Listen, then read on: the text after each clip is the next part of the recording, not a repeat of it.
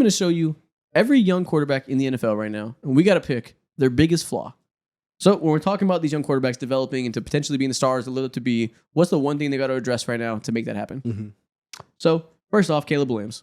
It's a whole bunch. Accuracy.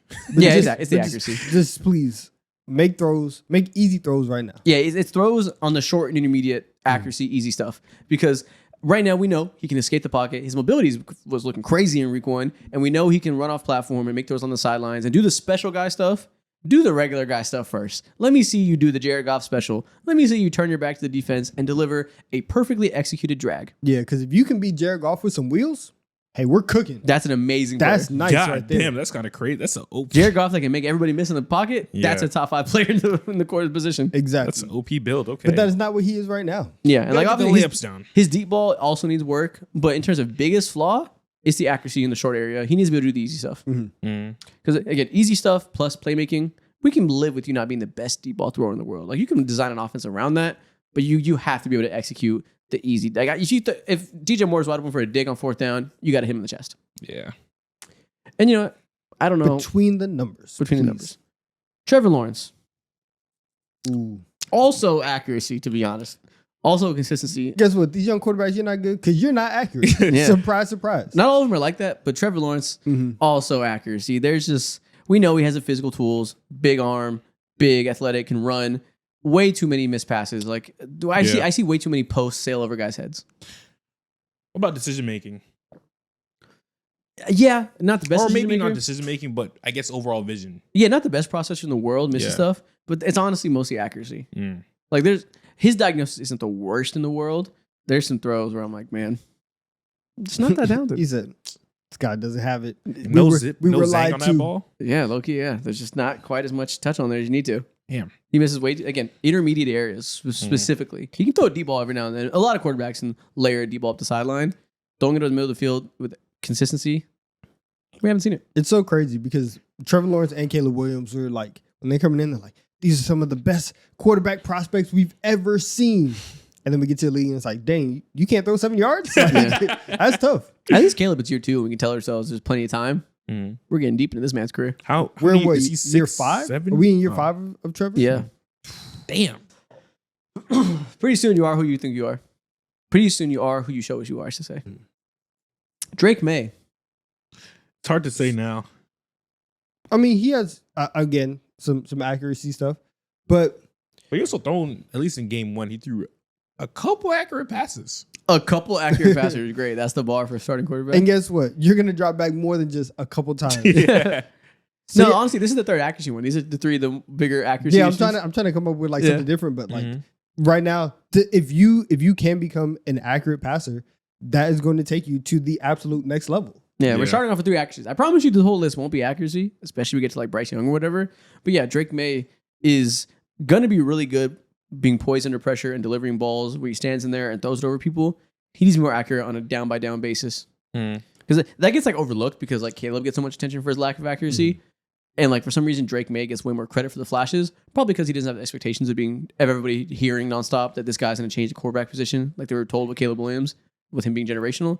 Drake Maye doesn't have that baggage, so he's able to like get credit for the flashes, but we completely ignored the fact that he's also pretty inaccurate overall. Yeah, plus Drake Maye, like coming in, especially out of those 3, like everyone knew that Caleb was going first, and so the conversation really was like Drake Maye or Jayden Daniels. And Drake Maye was much younger than Jayden. So everyone's like, he has so much time to grow, so much time to develop. So you see Drake Maye, and a lot of people still see a very, very raw prospect where when you see Caleb or you see Jayden, you think that they're a little bit closer to like their finished product. So that's why I think Drake gets a lot of leeway in terms of his development where he's at. Yeah, he gets, understandable. He gets the leeway that most young quarterbacks should get. Sometimes they just don't because of expectations. Yeah. But If he was hanging out with Josh Allen this summer, he's going to be very good. I hope so.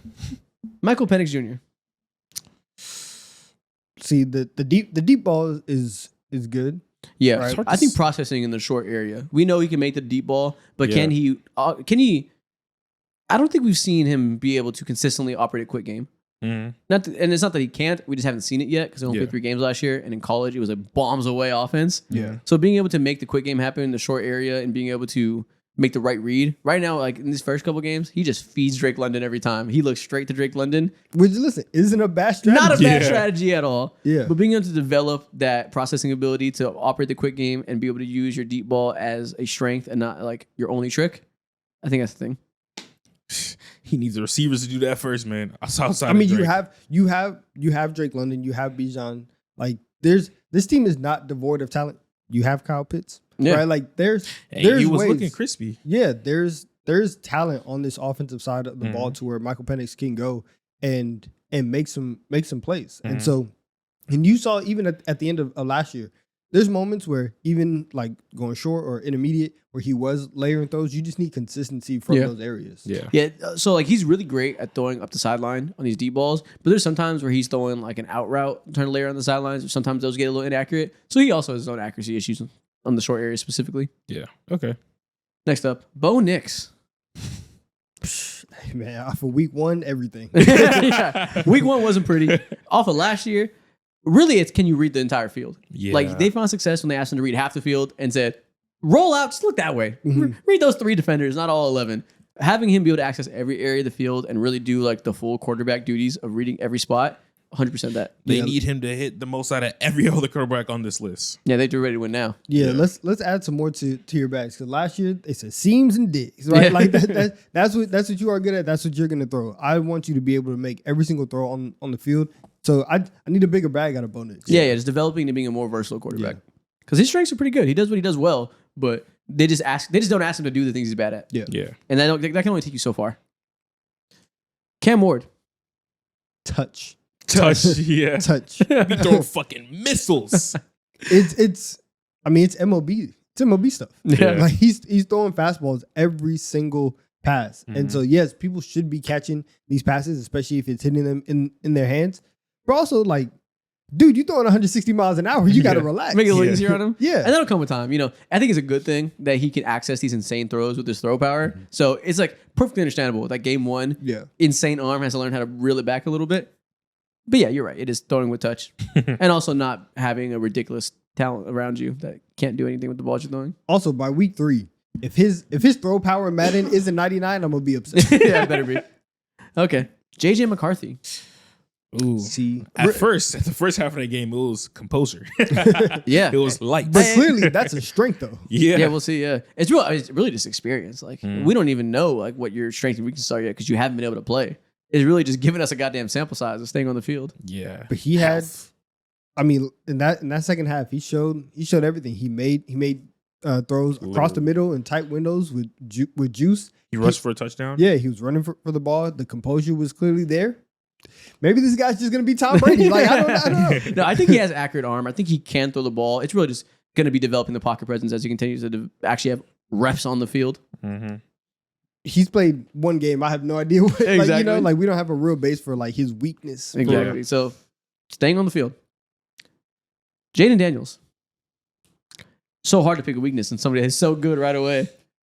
Man, This is like a top 7 quarterback right now. Yeah. Bare minimum. Weakness though, he doesn't have the best pocket presence. I think sometimes navigating inside of pockets, he's really good at escaping pockets, and if it's clean, he's an amazingly accurate passer. But I think when he gets a little pressure, sometimes he bails too fast or doesn't necessarily move the right way within to like step up in the pocket. He can get better at that. I'm glad you said that. We were talking yesterday, and you were like, "Does Jayden Daniels have a weakness?" And I was like, "All right, like, it's just crazy, Glaze." That's super crazy. Listen, that's not the biggest weakness in the world. Like I just did something that's like pretty fixable as time goes on. Yeah, and he will get better with that. Though. Yeah. So- That's a totally understandable young quarterback thing. Being able to know where the pressure's coming from and understand how to deal with that out of your peripheral vision while you're looking downfield. That's an insane mental task for a regular person to imagine. That you have Jared Verse screaming down your neck and you have to know where to step up exactly, feeling the rest of the guys around you. Just gotta get better at feeling guys. Bryce Young.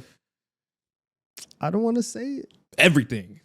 Not everything, but a lot of things. You just gotta Calm down. Yeah. Calm down, please. biggest weakness, folds under pressure too much. Yeah. He is small and can't make guys miss, and I think he knows in the back of his head. So when pressure comes and he has to make a guy miss, he panics, throws the ball out of bounds, throws it to the other team. Shit gets spooky real fast when pressure's involved. It's never a good thing when one of your highlight plays can go band for band with one of Will Levis's highlight plays. Crazy shit. God damn. And now we're sitting here and we're like, oh my goodness. And it's so Is frustrating. this franchise going to be okay? He'll have drives where 80% of the drive, he's throwing beautifully layered passes, throwing beautiful digs, getting it with touch over defenders, and then third and long comes, and a fucking edge rusher screaming down his face, and he's throwing the ball backwards. The second that their head coach feels any type of pressure on him, you need to be like, Bryce, come here, I got something for you. Not salts, because that's banned now. CBD gummies.